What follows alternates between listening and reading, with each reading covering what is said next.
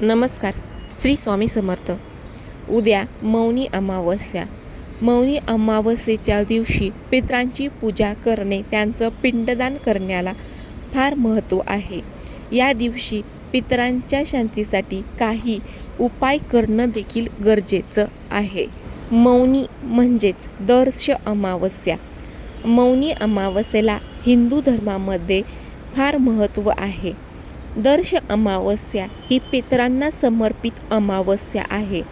या दिवशी पितरांच्या आत्म्याला शांती मिळावी यासाठी पूजा आणि दान करण्याची परंपरा देखील आहे. या दिवशी पितृ पृथ्वीवरती येतात आणि आपल्या वंशजांना आशीर्वाद देत असतात. तर मौनी अमावस्येच्या दिवशी पितरांची पूजा करणे, त्यांचं पिंडदान करणे, त्याला खूप जास्त महत्त्व आहे. तर या दिवशी पितरांच्या शांतीसाठी काही उपाय करणं हे गरजेचं आहे. त्यामुळे घरामध्ये सुख शांतीही नांदते आणि पितृदोष देखील दूर होण्यासाठी मदत होते.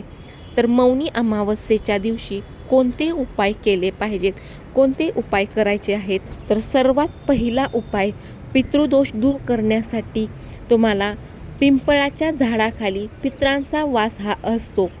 त्यामुळे या दिवशी तुम्हाला पिंपळाच्या झाडाची पूजा करायची आहे. त्यावर जल चढवावे आणि दिवा लावायचा आहे. तसेच पितृदोष दूर करण्यासाठी पूजा करायची आहे आणि तिळाच्या तेलाचा दिवा लावून ठेवायचा आहे. या दिवशी पितृदोष दूर करण्यासाठी या दिवशी तुम्हाला पिंपळाच्या झाडाची पूजा करायची आहे. जल अर्पण करून तुम्हाला तिथे तिळाच्या तेलाचा दिवा लावून ठेवायचा आहे. जर तुम्ही हा उपाय केला तर या दिवशी तुम्ही हा उपाय केला तर पितरांना शांतीही मिळेल. दुसरा उपाय म्हणजे काळ्या तिळाचं दान केल्यामुळे पितरांना शांतीही मिळते. त्यामुळे मौनी अमावस्येच्या दिवशी तुम्ही काळ्या तिळाचं हे अवश्य दान करा.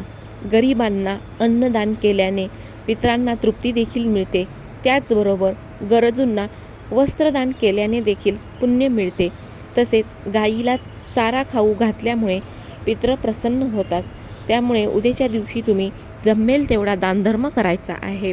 सर्वात पहिले तर तुम्ही काळ्या तिळाचं दान करायचं आहे. काळ्या तिळाचं दान केल्याने पितरांना शांती मिळते आणि गरिबांना अन्नदान केल्यास पितरांना तृप्ती मिळते. त्याचबरोबर गरजूंना वस्त्रदान केल्याने पुण्य मिळते. गाईला चारा खाऊ घातल्याने पितृ प्रसन्न होतात. तर हा उपाय तुम्हाला करायचा आहे. त्यानंतर तिसरा उपाय म्हणजे श्राद्ध कर्म. अमावस्येच्या दिवशी पितरांच्या नावाने पिंडदान करणं हे फार शुभ मानलं जातं. दर्श अमावस्येच्या दिवशी विधिवत अशी पूजा करून श्राद्ध केल्याने पितरांना मोक्षप्राप्ती मिळते. तसेच पितरांचा आशीर्वाद देखील मिळतो.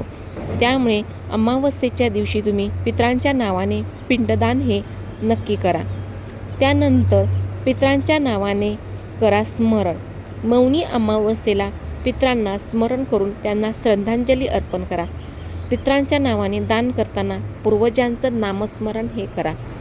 आणि पाचवा उपाय म्हणजे मौनी अमावस्येच्या दिवशी भगवान शंकरांच्या मंदिरात जाऊन पूजाही करा. तसेच भगवान शिवशंकरांचा आशीर्वाद घेऊन प्रार्थना देखील करा.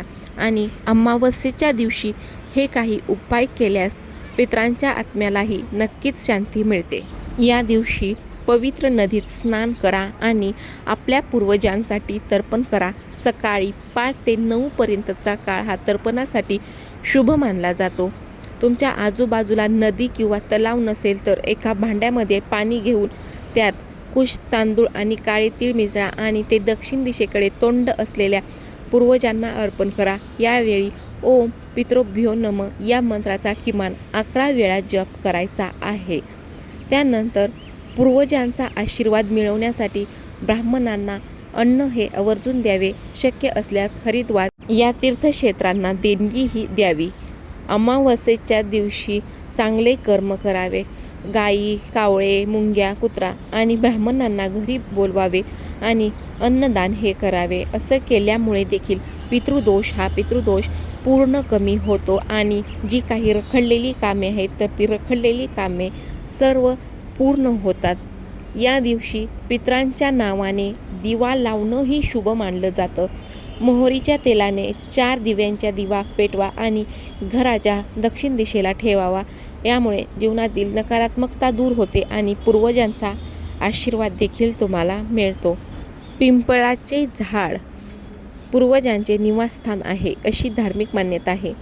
त्यामुळे माघी अमावस्येला पिंपळाच्या झाडाखाली दिवा पेटवावा. दूध आणि गंगाजल अर्पण करा आणि नंतर झाडाला 7 वेळा प्रदक्षिणा घालावी. तर बघा ताईंनो आणि दादांनो, अगदी सोप्या उपायांचा हा तुम्ही अवलंब करून पूर्वजांची कृपाही मिळवू शकता आणि जीवनातील संपूर्ण अडथळ्यांपासून मुक्तीही मिळवू शकता. तर हे काही उपाय आहेत, काही खास उपाय आहेत ते तुम्हाला करायचे आहेत. जर व्हिडिओमधील माहितीपूर्ण वाटली असेल तर व्हिडिओला नक्की लाईक करा, शेअर करा आणि चॅनलला देखील सबस्क्राईब करायला विसरू नका. श्री स्वामी समर्थ.